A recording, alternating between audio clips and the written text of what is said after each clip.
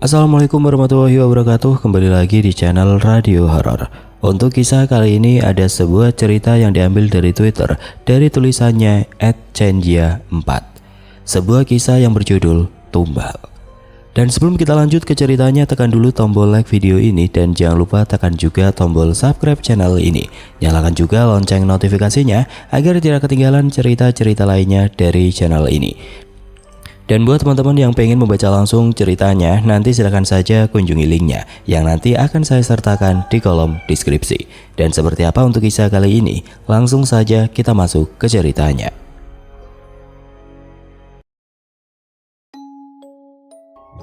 Kota P 2003 Kamis Respati, atau menurut kalender Jawa saat ini 16 Suro 1936, Kamis Kliwon. Menjadi saksi betapa menderitanya aku malam itu. Seseorang yang seharusnya dapat aku percayai, kini malah menjadi sosok yang paling aku takutkan. Aku Yanti, begini kisahku.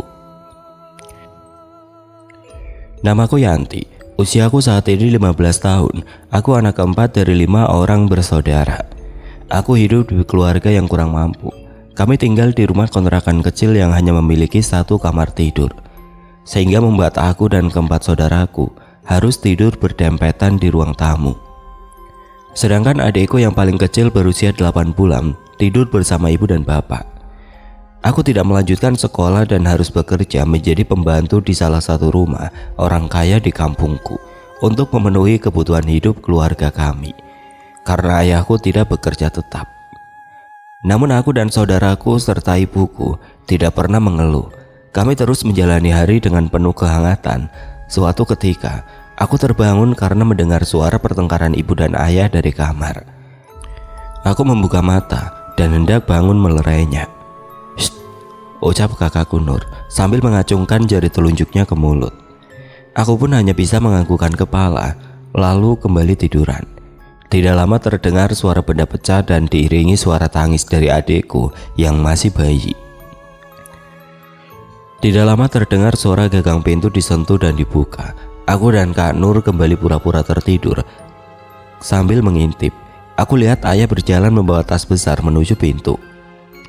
Dan tidak aku sangka itu menjadi hari terakhir aku melihat ayahku pada pagi hari itu. Karena setelahnya, ia tidak pernah terlihat lagi. Tidak lama ibu menggoyangkan badanku dan kakak yang lainnya untuk bangun dan menyiapkan sarapan. Aku dan kakakku lainnya pun bangun dan bergegas melaksanakan tugas kami. Ada yang menyapu rumah ataupun memasak dan mencuci pakaian. Setelah masakan matang, kami pun segera sarapan bersama. Aku memberanikan diri membuka obrolan pada ibu. "Bu, ayah kemana?" Ibu menghentikan sejenak kegiatan makannya, lalu kembali makan sambil berkata, "Ayah dapat pekerjaan di kota. Mungkin akan kembali agak lama. Sudah cepat makan dan bersiap kerja." Aneh saat itu bagiku. Kami pun makan dengan tergesa-gesa dan segera mengantri untuk mandi, lalu berpamitan untuk kerja. Saat sedang berjalan, tiba-tiba saja dari belakang, "Yan, tunggu!" teriak Kak Nur. Aku menoleh dan memperlambat langkahku. Kami pun berjalan bersama sambil berbincang-bincang ringan. Hingga tiba-tiba Kak Nur berkata, "Yan, kira-kira kalau pacarku melamarku dalam waktu dekat, apa ibu bapak akan setuju ya?" Aku menoleh kaget menghadapnya. "Siapa? Tarjo? Kamu yakin mau menikah sama dia?" ucapku yang tidak yakin itu. "Ya yakin, lagi pula ia sudah berubah kok. Pokoknya aku bakal tetap menikah. Aku sudah capek Yan, kerja terus-menerus begini." "Ya sudah, dicoba saja," ucapku dan berpamitan masuk ke rumah majikanku. Saat berjalan masuk, aku terus memikirkan gimana bisa kakakku menikah dengan seorang pemuda yang dikenal sebagai dukun cabul itu. Aku takut kakakku mengalami sesuatu yang aneh di kemudian hari nanti. Namun jika itu sudah menjadi pilihannya, mau diapakan lagi? Sebab Kak Nur adalah wanita yang cukup keras kepala. Aku pun melanjutkan kerjaku. Hingga tidak terasa sudah 40 hari bapak pergi meninggalkan rumah. Pagi itu tiba-tiba saja ibu berkata kepadaku, "Yan, nanti izin kerja dulu ya. Ibu mau titipkan adikmu, Adam." ucap ibu seraya menyerahkan Adam ke dalam gendonganku. Loh, ibu mau kemana toh pagi-pagi gini? Mau ke pasar sebab nanti ayahmu pulang. Ibu mau menyiapkan makanan untuknya, jawab ibu sembari terburu-buru dan pamit untuk jalan ke pasar. Hingga akhirnya aku belum sempat melanjutkan pertanyaanku perihal keanehan bagaimana ibu tahu bapak akan pulang, karena bapak tidak ada kabar sama sekali saat itu. Kak Melati, aku titip adik sebentar ya, soalnya aku mau ke rumah majikanku izin tidak bekerja hari ini, ucapku pada kakak tertuaku. Loh, emang ibu kemana?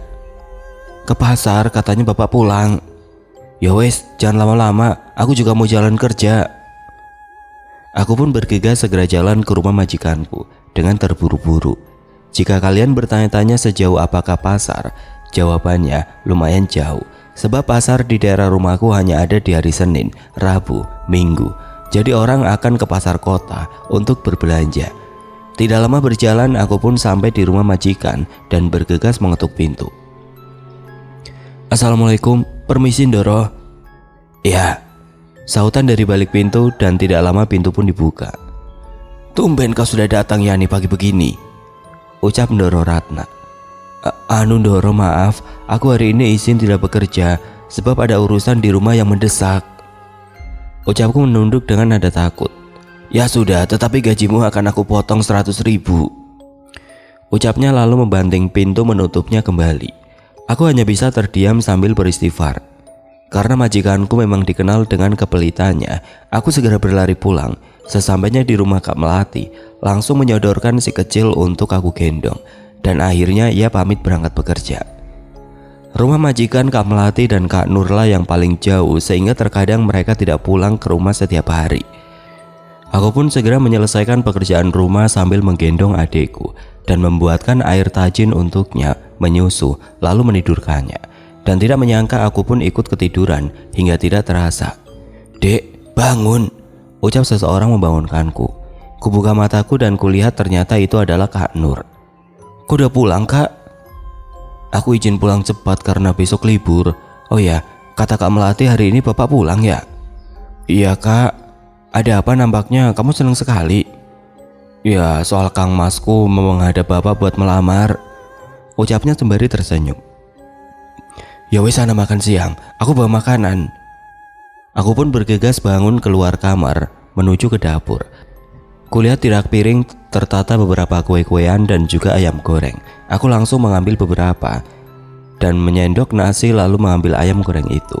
Berjalan menuju ruang tamu untuk makan. Suwun ya Kak, enak ini.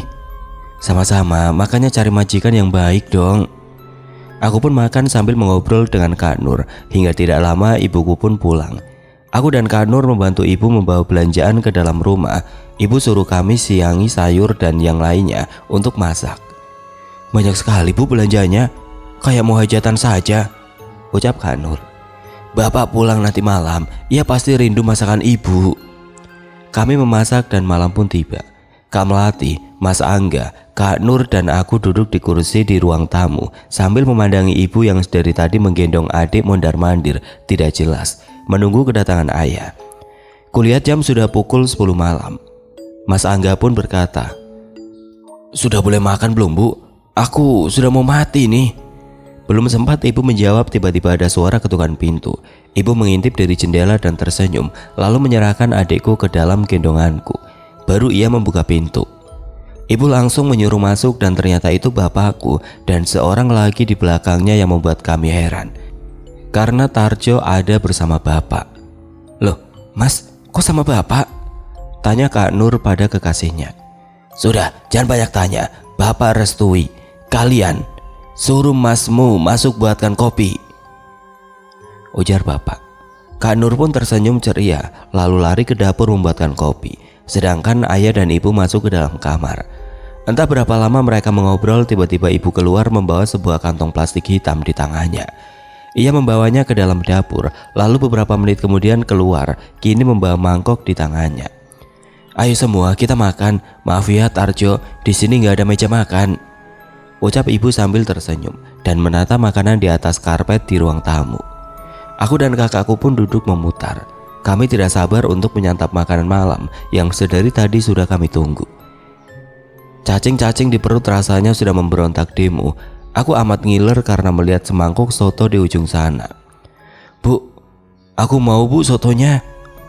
"Gak boleh, ini punya masmu," ucap ibu melototkan matanya. Lalu kasih soto itu pada Mas Angga. "Walah, buatku, makasih bu," ucap Mas Angga. Aku cemberut dan memaksa minta soto hingga suasana menjadi ramai. Sudah, makan yang lain itu bapak beli buat masmu karena ia suka sekali soto," ucap bapak melerai. Entah mengapa aura bapak membuatku tidak berani melawan perkataannya, sehingga aku pun makan yang lainnya. Sampai akhirnya suasana makan selesai dan Tarjo pamit.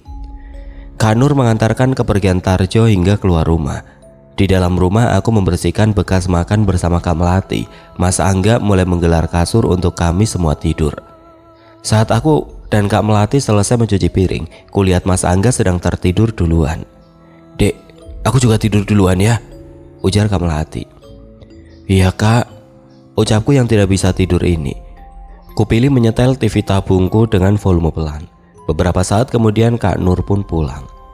"Jangan lupa matiin TV-nya, nanti aku tidur duluan," ucapnya lalu tidur. Aku yang masih asik menonton televisi pun melanjutkan nonton. Di tengah asik menonton sayup-sayup, aku mendengar suara percakapan bapak dan ibu. "Gimana pak, berhasil?" "Kamu yakin Angga yang jadi korban?" jawab bapak. "Mau gimana, hidup begini terus aku capek pak," ucap ibu. Tidak lama dari situ tiba-tiba saja terdengar suara kerikil berjatuhan di atap rumahku. Bapak keluar kamar dan berkata, "Belum tidur, tidur sekarang," ucapnya dengan nada dan wajah marah. "Iya pak." Aku mematikan TV lalu berjalan menuju ujung kasur dan menutup muka dengan bantal.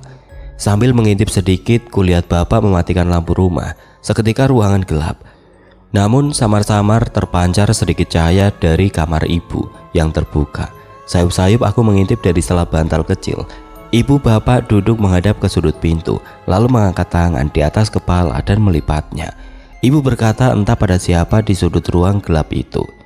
"Nyai, aku persembahkan anak laki-lakiku untuk menjadi pendampingmu."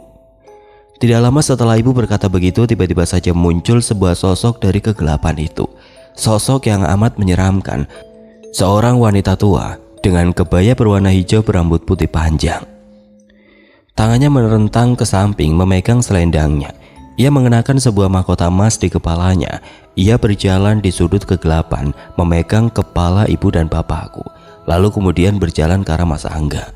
Sosok itu menundukkan badannya membisikkan sesuatu, entah bahasa apa, aku tidak tahu. Aku seperti mendengar seperti bahasa Sunda saat itu. Tetapi karena aku orang Jawa, jadi aku tidak mengerti artinya apa. Saat sosok itu selesai mengucapkan itu, tiba-tiba saja Mas Angga duduk. Tidak lama ia berjalan menuju ke kamar ibu, berdiri di antara pintu tepat di skring lampu. Dan disusul oleh makhluk itu, ia melayang masuk ke kamar itu dan berbalik ke arah pintu dan menengok ke arahku.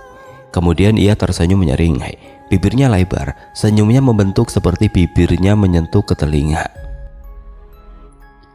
Dek, jantung ini seperti berhenti seketika. Nafas ini pun seperti tercekat. Dalam hati aku berkata, apakah ia tahu aku tidak tidur? Seketika lampu kamar bapak ibu mati. Lalu seluruh rumah menjadi gelap. Ingin sekali aku bergerak, namun tubuh ini terasa kaku sekali. Belum sempat aku bergerak atau bersuara, tiba-tiba saja aku dengar suara teriakan yang kencang di dekatku. Suara itu memekikan telinga, dan suara teriakan yang nyaring itu berlangsung lama sekali, sehingga aku tidak dapat lagi menahan sakit di telingaku. Lalu semuanya menjadi gelap. "Dek, bangun loh dek. Ini anak loh tidur kayak kebu," ucap seseorang mengujangkan badanku. Aku membuka mataku, kulihat Mas Angga membangunkanku. Aku bergegas bangun dan melihat ke sekeliling. "Akhirnya bangun juga," ucap Kak Melati. "Mas Angga kok di sini? Mas nggak apa-apa?" "Apa sih kamu dek? Mimpi buruk tak?" tanya Mas Angga. "Ini minum dulu," ucap Kak Nur menyodorkan segelas air. "Makanya kalau tidur berdoa, mimpi buruk kan?" ucap Kak Melati. Selesai menenggak air, aku berkata, "Kok kalian gak kerja?"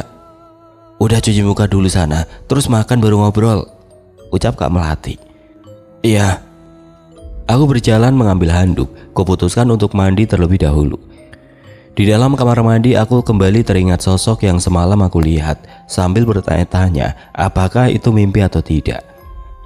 Aku segera mulai mandiku. Saat sedang mengguyur air ke kepala, tiba-tiba saja aku merasakan tepat di belakangku seperti ada nafas seseorang. Lantas secepat kilat aku mengusap wajahku dan menengok ke belakang.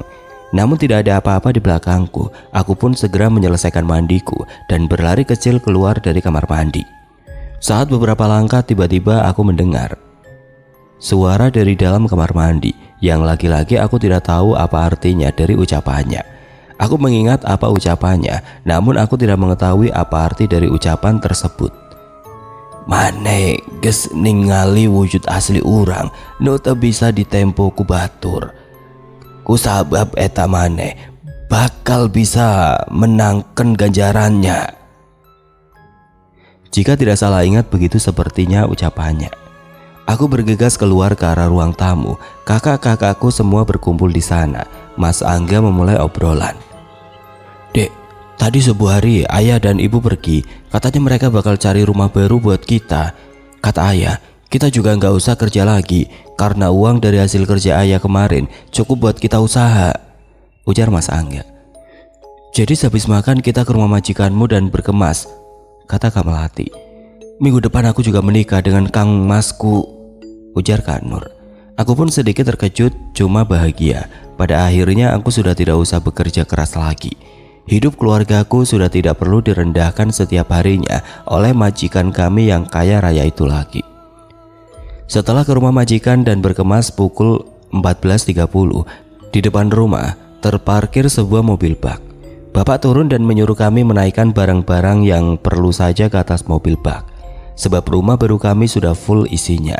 Kami pun bergotong royong memasukkan barang, lalu berangkat. Ayah ibu duduk di depan.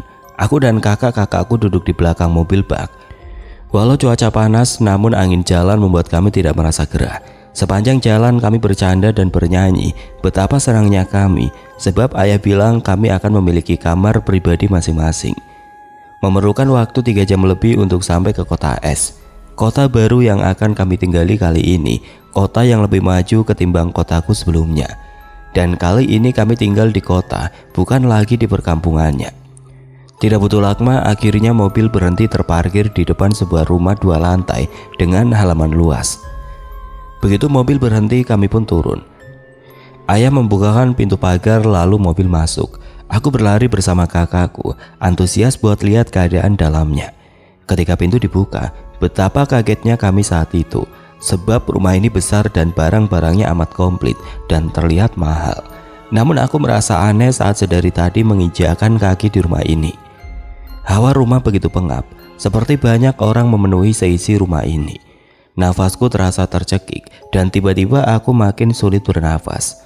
Aku memegang dadaku, inginku bersuara atau bergerak namun kaku. Untung saja tiba-tiba Mas Angga memukul lenganku terus bilang, "Melamun aja, sana Ki ke lantai atas pilih kamar, keburu kamar yang bagus dipilih kakakmu." Aku bengong seketika namun langsung lari ke atas, sebab aku tidak mau menceritakannya karena ditakutkan masku tidak akan percaya akan ceritaku. Aku pun naik tangga dan aku melihat kedua kakakku sudah berjalan kembali ke arahku tanpa membawa barang. Pasti mereka sudah memilih kamar mereka sendiri tanpa menungguku. Sebel rasanya. "Kamu nanti pakai kamar yang di kedua dari pojok ya," ucap Kak Nur. "Baiklah," ucapku sembari berjalan ke arah kamarku. Saat berjalan ke sana ada yang aneh, sebab kamar sebelumku memiliki pintu berwarna hijau dan di depannya terdapat patung ular dan payung. Sebuah payung seperti payung untuk orang nikahan begitu. "Ini apaan Kak? Kamar siapa?" "Nggak tahu, ntar tanya bapak ibu saja," jawab Kak Nur. "Sudah cepet taruh barangmu, kita turun bantu ibu dibawa." Aku pun segera membuka pintu kamar dan saat itu aku terkejut sebab di ujung pandanganku sebelah tempat tidurku terdapat sebuah lukisan wanita cantik, di mana paras dan perawakannya seperti aku pernah lihat, namun entah di mana. Seorang wanita mengenakan mahkota berkebaya hijau, tangannya merentang memegang selendang dengan anggun. Wanita itu cantik sekali. Aku terkesima sejenak memandang lukisan itu. hingga tanpa sadar aku melamun. Brak! Suara pintu dibanting. Lamunanku seketika buyar. Aku menengok ke kanan ke kiri, tidak ada siapa-siapa. Saat aku ingin berjalan ke arah pintu, tiba-tiba aku terjatuh. Brak! Aku merasakan ada sesuatu yang menarik tanganku. Kulihat sebuah tangan penuh luka dan nanah menarik kakiku. Aku berusaha menarik kakiku supaya lepas dari cengkraman tangan itu, namun seberapa besar usahaku seolah sia-sia. Tangan itu malah mencengkram kakiku semakin kuat, hingga tiba-tiba sosok itu perlahan melepaskan kakiku dan perlahan aku pun mundur sambil melihat ke arah tangan itu. Tangan itu pun perlahan bergerak maju dari kolong tempat tidur, dan semakin lama semakin jelas sosok itu. Sosok seorang perempuan berambut panjang memakai pakaian seperti gaun putih lusuh. Rambutnya yang panjang serta gimbal itu menutupi wajahnya. Ia merangkak ke arahku. Bau busuk dan anyir seketika menyeruak ke seluruh ruangan. Apakah kalian bisa membayangkan sosok itu? Mungkin sekarang kalian akan mencium baunya juga. Aku yang merangkak mundur mempercepat gerakanku mendekati pintu. Namun sosok itu terus saja mengejarku hingga tidak aku sangka tiba-tiba ia seperti merangkak lompat di atas badanku secara mendadak. Brak! Kembali badanku jatuh. Sekarang wajah kami saling berhadapan-hadapan. Amat sangat dekat wajah kami, hampir bersentuhan. Secara samar-samar dari sela-sela rambut dapat kulihat wajahnya yang penuh belatung itu terlihat. Mual rasanya aku saat itu. Sosok itu berdiam di situ sampai ada seseorang yang tiba-tiba saja menggedor kamarku dan berkata padaku, "Nak, buka nak, kamu gak apa-apa kan? Apa yang jatuh?" Suara bapak yang berkata sambil menggedor dan mencoba membuka gagang pintu. Entah siapa yang mengunci pintu itu dan bagaimana juga pintu itu bisa terkunci. Ingin sekali aku berteriak minta tolong, namun bibir ini kaku sekali. Sosok wanita itu tiba-tiba saja merangkak mundur hingga saat ia berada di antara sela-sela kakiku, tiba-tiba saja ia seperti mendorong kepalanya masuk ke dalam sela kakiku. Menuju kemaluanku, ia seperti memaksakan masuk ke dalam. Dan seketika aku merasakan sakit pada kemaluanku. Sakit sekali seperti kemaluanku dipotong dan ditarik paksa. Sosok itu terus memasukkan badannya dan tiba-tiba saja pandanganku menjadi gelap karena tidak mampu menahan sakit di kemaluanku dan perutku secara bersamaan. Sakit, ngilu, perih, panas, semua menjadi satu. Entah apa yang terjadi dan berapa lama aku tertidur, tiba-tiba saja aku terbangun. Di sampingku terdapat ibu yang sedang duduk di kursi memandangiku yang tertidur di tempat tidur. "Bu," panggilku lirih. "Sudah bangun, Dok? Buat apa kamu nak sampai begini?" Tanyanya dengan wajah datar sekali. "Aku kenapa, Bu? Badanku sakit." Ibu tidak menjawab sedikit pun. Ia pun hanya memandangi perutku. Seketika aku alihkan pandangan ke arah perutku. Dari balik selimut aku lihat perutku berubah menjadi sedikit buncit. Aku yang terkejut pun bertanya, "Bu, Ibu, ini kenapa?" Tanyaku dengan nada gagap. "Lelaki mana yang menghamilimu?" Tanya ibu dengan nada bentak. "Demi Allah, Bu, aku tidak hamil," ujarku menangis dan menceritakan apa saja yang aku lihat dan aku alami. Karena aku pikir ibu akan menolongku, tetapi aku salah. Tiba-tiba saja ekspresi ibu seketika menunjukkan wajah marah dan kaget. Matanya melotot memandangku. Tanpa bicara apa-apa, ibu langsung pergi dari sampingku. Namun saat hendak sampai di depan pintu, ibu berkata, "Jangan ikut campur, atau kau akan jadi yang pertama, bangsat." Lalu pergi keluar dan menutup pintu dengan membantingnya, membuat sebuah bingkai foto jatuh. Aku yang saat itu cuma bingung keheranan hanya bisa diam dan bengong sambil mencerna apa yang sebenarnya terjadi. Mengapa ibuku menjadi seperti ini? Ada apa ini Tuhan? Setelah kejadian itu aku tidur ditemani oleh Kak Nur. Saat pukul 2 dini hari, aku terbangun karena mencium wangi sesuatu yang amat sangat menyengat. Aku duduk dan mencari ke sekeliling melihat dari mana asal wangi itu. Setelah aku melihat semua aman, tidak ada apa-apa, aku kembali tertidur lagi. Entah berapa lama tertidur, akhirnya aku pulas kembali dan bermimpi sesuatu yang aneh. Aku bermimpi dan di sebuah kamar berwarna hijau. Di depanku terdapat sebuah ranjang besar ditutupi kelambu. Di pinggir ranjang itu terdapat banyak sekali bunga. Di samping ranjang pojok kananku terdapat sebuah patung ular besar. Saat aku menengok ke arah kiri, terdapat sebuah lukisan. yaitu lukisan wanita berkebaya dan bermahkota yang sama seperti di kamarku, sedang duduk di singgasana. Dan di sebelahnya berdiri kedua orang tuaku. Aku berdiri mematung sambil menutup mulutku, terkejut melihat pemandangan yang ada ini. Bagaimana bisa ibu bapakku begini? Belum hilang rasa terkejutku, aku mendengar dari arah tempat tidur ada suara lonceng, seperti bunyi lonceng kaki. Aku melihat ke arah situ dan betapa terkejutnya aku ketika aku melihat sayup-sayup dari kelambu itu ada seseorang yang sedang melakukan hubungan intim di situ. Erangan suara mereka bercumbu memenuhi ruangan. Tidak lama wanita itu keluar, menyibak kelambu, dan saat separuh badannya keluar, aku terkejut sekali. Sebab wanita itu yaitu wanita yang ada di lukisan itu, namun kali ini ia telanjang. Tapi saat tubuh lainnya keluar, aku semakin terkejut sampai terjatuh, dan ternyata separuh tubuhnya lagi adalah ular.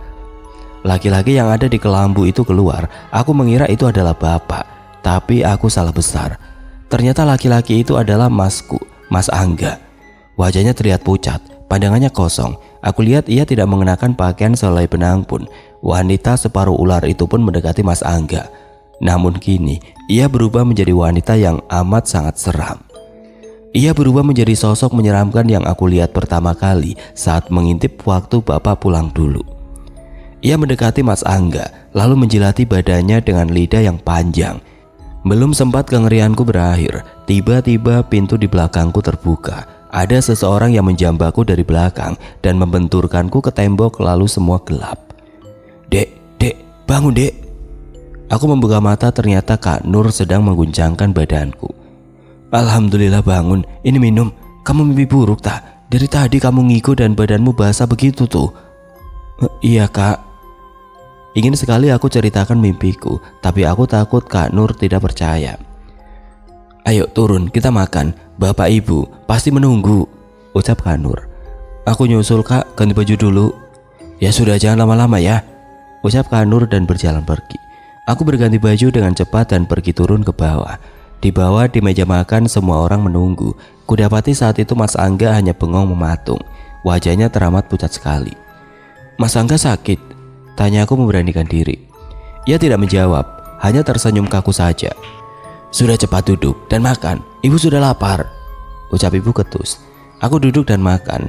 Saat sedang asik makan, Kak Nur mengatakan, 2 hari lagi aku menikah.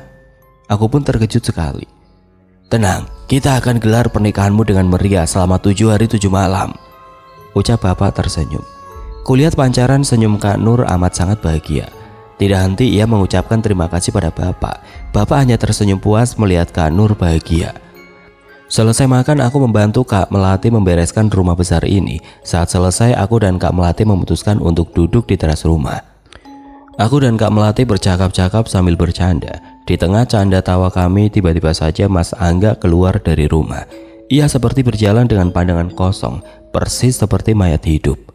Ia berjalan ke belakang rumah, lalu tidak terlihat entah kemana perginya. 2 hari berlalu sampai pada pernikahan Kak Nur. Pernikahan besar diselenggarakan, namun tidak jadi dilakukan 7 hari 7 malam sebab suami Kak Nur tidak menyetujui. Ia berpesan hanya 3 hari 2 malam saja. Bapak pun mengikuti. Pagelaran pesta diselenggarakan di rumah baruku di hari pertama. Di pagi hingga sore hari ramai orang datang, namun semua terlihat normal. Namun ada yang aneh ketika perayaan malam terjadi. Saat pukul 7 malam sampai dengan 10 malam, semua manusia terlihat pulang membubarkan diri satu persatu. Namun saat pukul 22.45, datang lagi berbondong-bondong orang. Saat aku lihat wajah mereka teramat sangat pucat. Aku membantu Kak Melati menjaga tempat makanan. Saat orang-orang aneh itu mengambil makanan, aku mencium bau bangkai dan amis menyengat dari mereka. Aku bergidik ngeri melihatnya. Tidak lama kemudian saat aku dan Kak Melati menengok ke arah lain, tiba-tiba saja rombongan orang itu pergi. Aku mengajak Kak Melati istirahat saat itu karena jujur aku takut. Karena dalam beberapa detik saja wajah orang-orang itu menghilang. Saat sedang tidur, kembali aku bermimpi aneh lagi. Kali ini aku melihat Mas Angga dikerubungi oleh ratusan pocong yang berteriak, kamu selanjutnya menjadi bagian hidup kami." Selesai itu aku terbangun dan turun ke ruang bawah karena sudah waktunya sarapan. Saat sedang makan, bapak ibu bilang, "Aku Kak Melati di rumah saja, tidak perlu ikut ke acara Kak Nur di kampung sana. Katanya takut rumah kecurian. Aku bilang, takut bu kalau hanya berdua saja. Ya sudah, masmu nanti setelah mengantar bapak ibu pulang lagi ke rumah. Selesai makan bapak ibu, Mas Angga pergi. Beberapa jam kemudian Mas kembali lagi. Hari berjalan seperti biasa. Namun saat menjelang malam, rumah terasa sunyi dan sepi. Saat keheningan itu terjadi, dari kamar Mas Angga di lantai 1 terdengar teriakan. Aku berlari keluar kamar. Aku lihat Kak Melati juga keluar kamar. Kami berjalan bergandeng tangan. Betapa terkejutnya kami karena melihat ada banyak sekali pocong mengerubungi sesuatu. Aku dan Kak Melati berteriak memanggil Mas Angga. Seketika pocong-pocong yang banyak itu melihat ke arahku. Wajah mereka semua hancur dan mengeluarkan banyak darah. Lalu setelah melihat, mereka menghilang. Kini aku dapati hanya Mas Angga yang terkapar di bawah dengan bersimbah darah yang banyak. Aku dan Kak Melati lari ke bawah menghampiri tubuh Mas Angga yang banyak sekali luka di tubuhnya. Ternyata saat aku periksa, aku harus menerima kenyataan bahwa Mas Angga sudah tiada saat itu. Aku dan Kak Melati menangis dan meraung meratapi kepergian Masku. "Kamu telepon ke rumah suami Kak Nur, aku teriak cari bantuan," ucap Kak Melati. Kami pun menjalani tugas masing-masing, namun tidak ada yang angkat teleponku. Warga datang dan ada polisi juga. Jenazah Mas pun dibawa untuk diotopsi. Kami yang shock ditenangkan oleh warga. Polisi mengatakan proses otopsi tidak lama. Jadi sebaiknya kami menyiapkan penguburan jenazah saja. Aku menyiapkan semua dibantu warga, sedangkan Kak Melati pergi ke rumah sakit. Saat pulang ke rumah, Kak Melati berwajah sembab. Sebab katanya kematian Mas dianggap bunuh diri saja. Aku hanya bisa menangis dan bersedih. Tidak lama jenazah pun datang. Pihak rumah sakit bilang jenazah sudah dimandikan, namun sebaiknya mereka menguburkannya dengan peti saja karena darahnya terus mengalir. "Mbak, maaf kalau sama peti harus digali ulang kuburannya," kata salah satu warga. "Diatur saja Pak, baiknya gimana?" Aku dan kakak terus menangis melihat ke peti mati Masku. Mengapa jadi seperti ini? Di tengah ratapan kami dan suara orang-orang mengaji, tiba-tiba muncul suara bantingan pintu dari lantai 2, lalu barang-barang berjatuhan pecah. Aku dan Kak Melati hanya saling beradu pandang heran. Pertanyaan demi pertanyaan warga bergantian. Aku hanya bisa bilang, "Oh, itu kucing saya Pak, Bu, maaf. Iya, kalau ditinggal sendiri begitu." "Oh, apa nggak sebaiknya dibawa turun? Nanti bikin rusuh di sini Bu." Iya bener, ntar malah lo mati mayat lagi," jawab yang lain. Tidak lama akhirnya muncul bapak-bapak berpakaian penuh tanah bilang, "Kuburan sudah siap." Di tengah gelapnya malam kami jalan beriringan menuju lokasi pemakaman. Di tengah jalan tiba-tiba sekelebat bayangan putih melayang cepat di atas kepala kami, diiringi suara tawa yang melengking. Kami semua pun mempercepat langkah kami semua dan lekas buru-buru melakukan prosesi penguburan Masku. Selesai dari acara penguburan, kami semua bubar secara terburu-buru karena di pemakaman dari sekitar pohon di kuburan banyak sekali suara tawa melengking bersautan dari pohon satu ke pohon lainnya. Pada akhirnya aku dan Kak Melati sampai di rumah. Seluruh warga pamit, kami pun hanya berdua di rumah megah ini. Beruntunglah malam itu tidak ada hal aneh terjadi. Hingga 2 hari kemudian bapak ibu baru pulang. Kami mengabari tentang kepergian Mas kami. Namun ekspresi wajah mereka biasa saja, tidak ada rasa sedih atau bagaimana tersirat di wajah mereka. Mereka tidak meminta kami menunjukkan makam Mas Angga, mereka hanya biasa saja. Aku ingin marah dan meledak, karena bagaimana bisa mereka biasa saja saat kepergian anak mereka. Namun aku tidak berani berkata, aku hanya bisa menangis saja, hingga semua berjalan berlalu begitu saja dengan baik-baik saja. 40 hari setelah kematian Masku, di malam yang sunyi itu aku mendengar suara benda jatuh yang kencang. Aku keluar kamar bertemu Kak Melati dan bergandeng tangan ke bawah. Kulihat ibu menggendong adik sambil menangis. Kami berlari menghampiri. Kulihat kepala adik berdarah. Wajahnya pun membiru. Kami membawa ke rumah sakit dan pihak rumah sakit memanggil polisi. Ibu dimintai keterangan dan menceritakan bahwa ternyata adik terjatuh dari kasur bayinya yang tinggi itu. "Baik, kita tunggu hasil otopsi terlebih dahulu," jawab polisi. Dan akhirnya otopsi selesai. Keterangan ibu dibenarkan oleh pihak forensik. Kami pulang dan meminta warga membantu gali makam dan adik bungsuku dikuburkan malam itu. Saat sedang menuju pemakaman, ibu-ibu bergosip pria yang simpati kasihan pada ibu yang kehilangan 2 anaknya dalam waktu dekat. Ada pula yang bilang ibu bapak bisa kaya karena pesugihan dan memakan tumbal anak laki-lakinya. "Bu, kami sedang sedih, hentikan omong kosong kalian." Ucapku membuat mereka berjalan lebih cepat. Beberapa saat kemudian semua selesai. Kami pulang dan semua berjalan seperti biasanya. Sudah 40 hari kematian adikku. Sudah beberapa kali aku mengusulkan untuk diadakannya tahlilan, namun semua sia-sia. Dari kematian masku hingga adikku, tidak pernah bapak ibu mau mengadakan pengajian. Siang ini pun aku kembali berbicara untuk mengajukan kembali rencana tahlilan. Namun, bapak sudah bilang kan, tidak usah begitu-begitu. Orang mati ya wis mati, didoakan saja. Juga percuma, gak akan nambah pahalanya, bentak bapak. Aku hanya bisa menangis diam. "Kamu sudah budek, bapak bilang begitu sudah berapa kali, masih saja," jawab ibu sambil memukul bahuku. Lalu ia pergi meninggalkanku.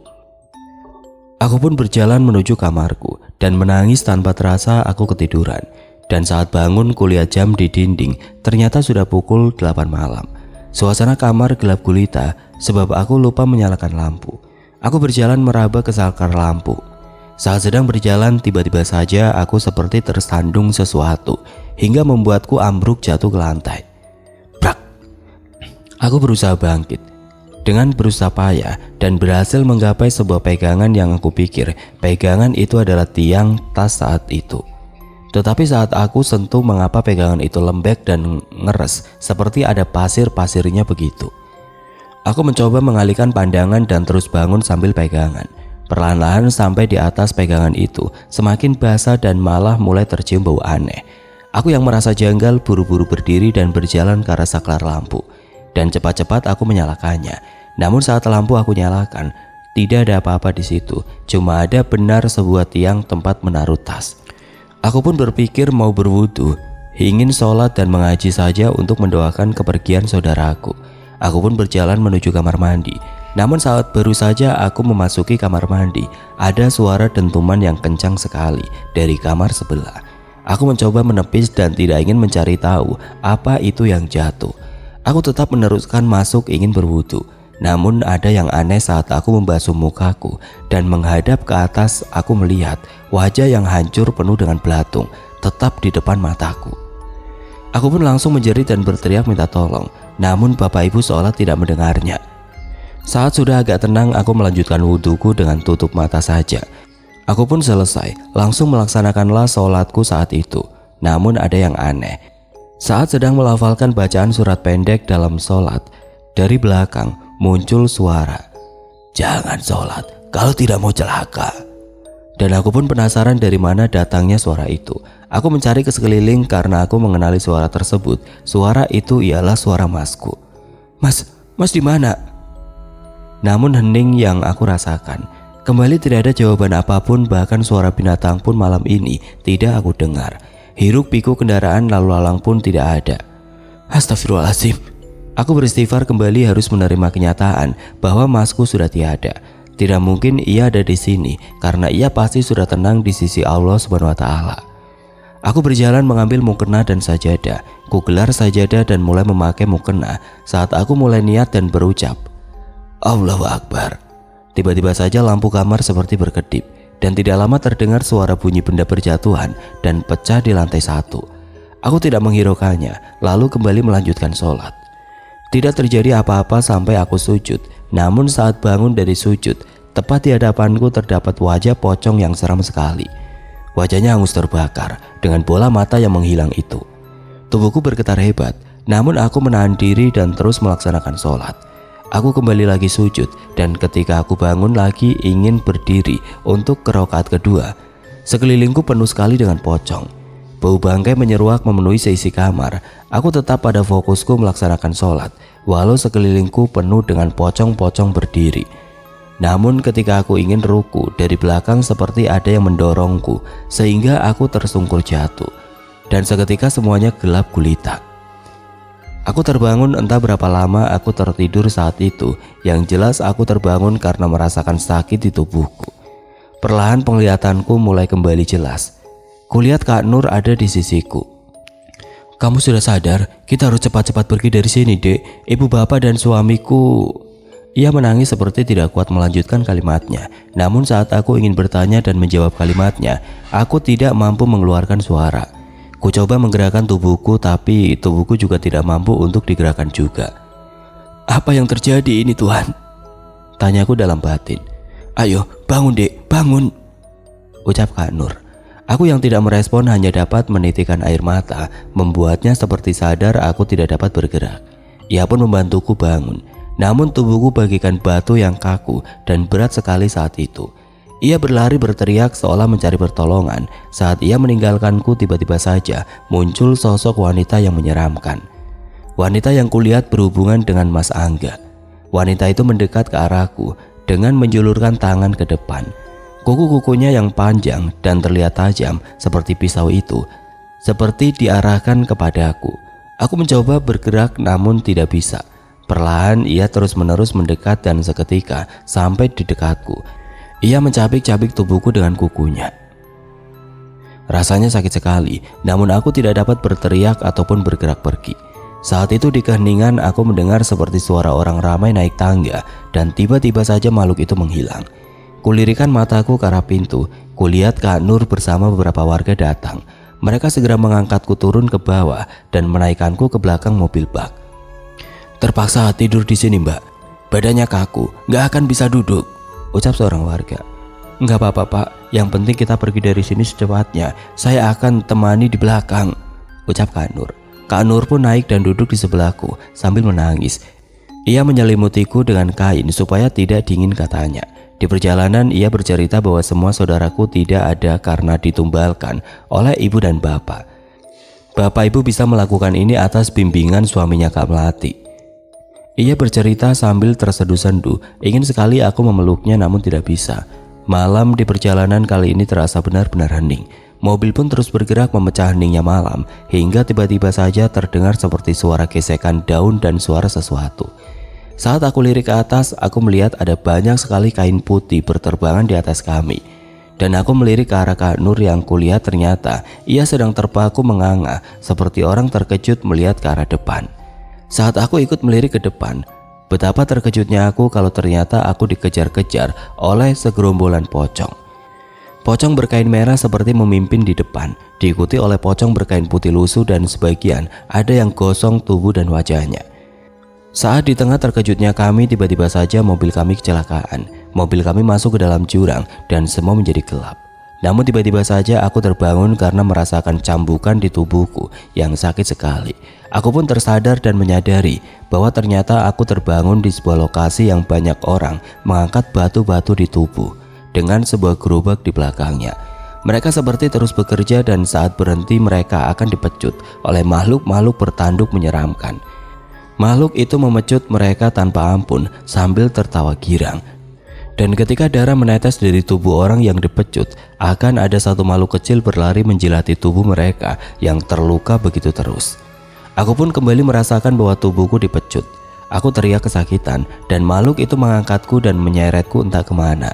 Banyak batu-batuan menghantam tubuhku hingga tiba-tiba ia membantingku di depan sebuah singgasana besar. Aku mencoba bangun dan aku lihat ada seorang wanita cantik bergaun hijau duduk di singgasana itu. Singgasana yang terbuat dari tumpukan tubuh laki-laki telanjang bulat. Di antara tumpukan tubuh manusia itu, kulihat ada orang yang aku kenal, yaitu Mas Angga. Aku pun mencoba menghampiri ke arah singgasana itu. Tiba-tiba saja makhluk di belakangku menarikku kuat dan leherku terasa tercekik. Aku baru menyadari bahwa di leherku terpasang sebuah rantai. "Kamu sekarang menjadi anak buahku. Kamu harus bekerja untuk menghasilkan uang demi manusia-manusia tamak yang memujaku seperti orang tuamu itu." Dan sejak saat itu aku terus-menerus bekerja, menjemput para manusia-manusia tidak berdosa untuk dijadikan makanan untuk Nyai Ratu. Aku menjadi sosok kuntilanak yang menyeramkan hingga saat dimana sang Nyai menempatkanku di satu rumah mewah besar untuk mendampingi Ratu Kuntilanak utusannya, karena ada satu manusia yang amat sangat tamak memelihara kami semua.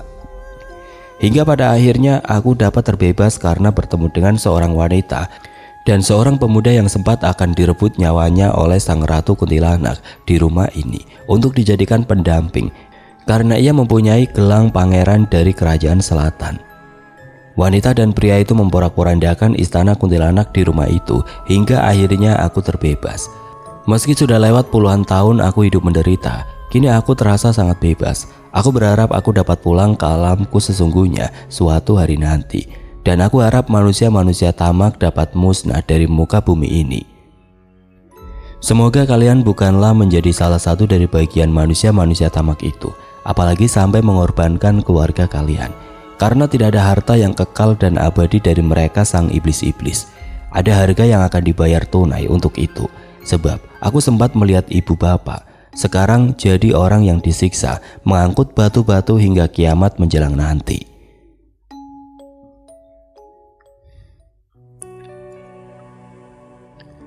Oke teman-teman, sekian untuk kisah kali ini. Semoga apa yang sudah saya sampaikan dalam kisah ini dapat dijadikan pembelajaran untuk kita semua. Dan buat teman-teman yang baru bergabung, jangan lupa untuk like, comment, share, serta subscribe channel ini. Dan nantikan kisah-kisah horor berikutnya tetap di channel Radio Horor. Wassalamualaikum warahmatullahi wabarakatuh.